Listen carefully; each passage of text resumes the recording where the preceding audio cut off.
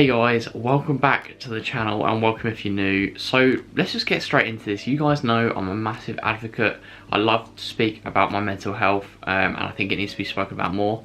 But recently I've been probably at the lowest point in my life in terms of my mental health. Struggling for motivation in anything, not wanting to go out, not wanting to run, not wanting to come back from an injury that I recently sustained, wanting to just eat myself.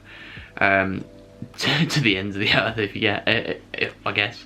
So essentially this video are the 7 things that I've implemented into my life that have taken me from that lowest point in my life to me actually enjoying life again. And this has been a crazy journey, and some of these things that I've implemented into my life are very simple, but have had a catastrophic effect on my mood, the way I look at things, and it's kind of given me love back into my running, if you like. So I really hope some of you guys can take some of these tips away and hopefully it has a positive impact on you guys. And if it hasn't, keep trying. I think there's things for everyone out there, but I honestly think some of these tips are absolute golden, and I can't believe I didn't really think of them sooner. So sit back, relax, and yeah, come on this 7 tips to improve your mental health journey with me. Let's go. So guys, tip number 1 is just getting out for a 30-minute walk every morning. Now you might think, Cole mate, that sounds like quite a lot of effort. I've got better things to be doing. Trust me, do it once and you'll feel tons better. If the sun's shining, it's even better. I'm out here with mum today, but I do normally go completely solo, whack a podcast on. So yeah, trust me, get that vitamin D, get out for that walk, improve your circadian rhythm. Have a little research about that if you want to learn more. But yeah, tip number 1, get out for a nice little walk every morning. Trust me, it will greatly improve your mood. Hello. So guys, the next tip that I've got for you that I found really useful is keeping a journal or a mental health diary of some kind, if you like. So pretty much every day, or if and when I feel like it, if I feel a bit crappy or a bit down, or words to the effect of, I just basically write down how I'm feeling, if I can put it in words, and why I think I feel like that, etc. Things that have happened in the day, and basically it's like just talking to someone about it. Essentially, you just write down everything you feel, and I find it's very cathartic and it gets out a lot of maybe the bad thoughts I'm experiencing.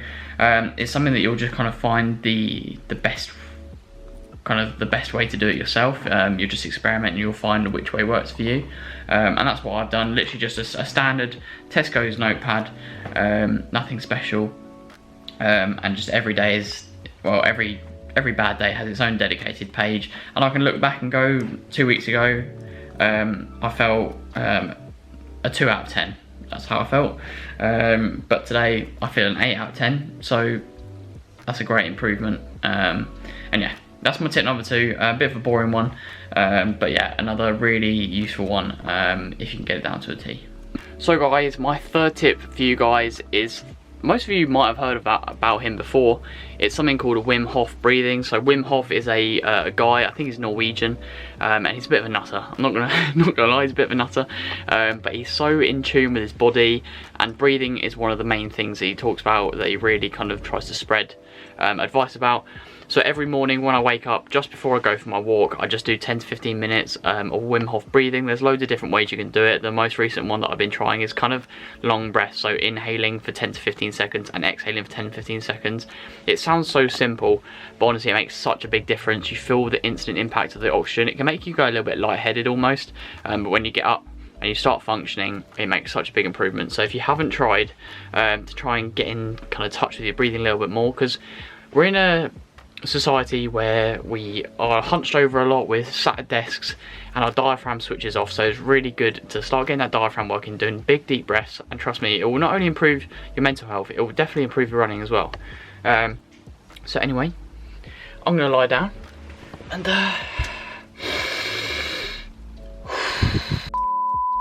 so guys, tip number 4 includes something like this dusty controller over here, and to be more specific, it's tapping into some hobbies that I kind of let go. And that thing for me recently has been gaming with my friends. I used to do a lot more kind of playing video games when I was a lot younger. Went away from it, got super busy, started doing uni work, thought it was kind of bad for you going out, so I went out for runs and stuff instead.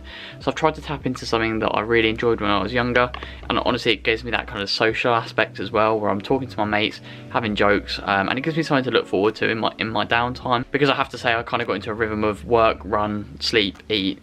So it's nice to have something that I really sit down and kind of chill out and give me that extra serotonin kick. So yeah, tap into some hobbies that you may be forgotten about. If you like to paint, if you like to read, if you like to, I don't know, stargaze, go do it.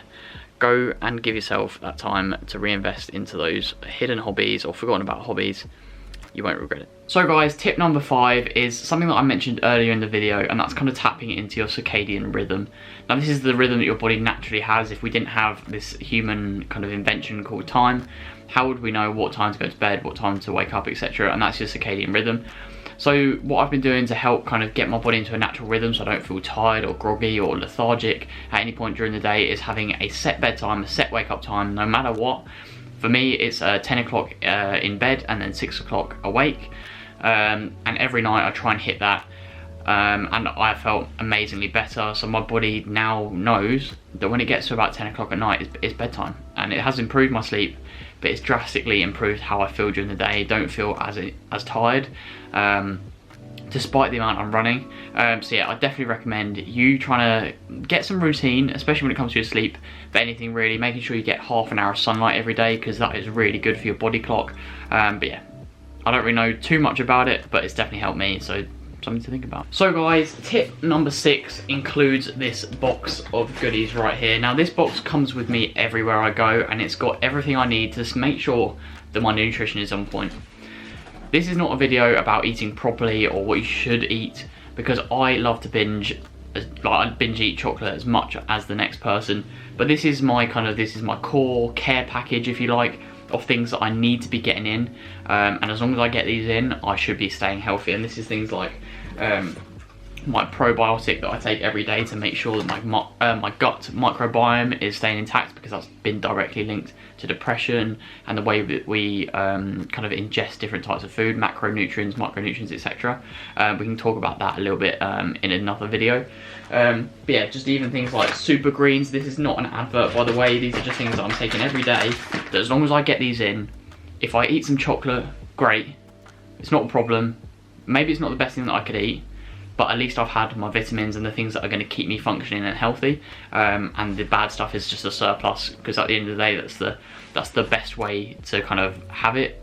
If you're relying on that chocolate as your fuel source or your main source of life, if you like, it's just not ideal for your body. So I try and, as much as I can't stop myself eating the chocolate, I make sure I've got this solid foundation first, and then the chocolate is a surplus.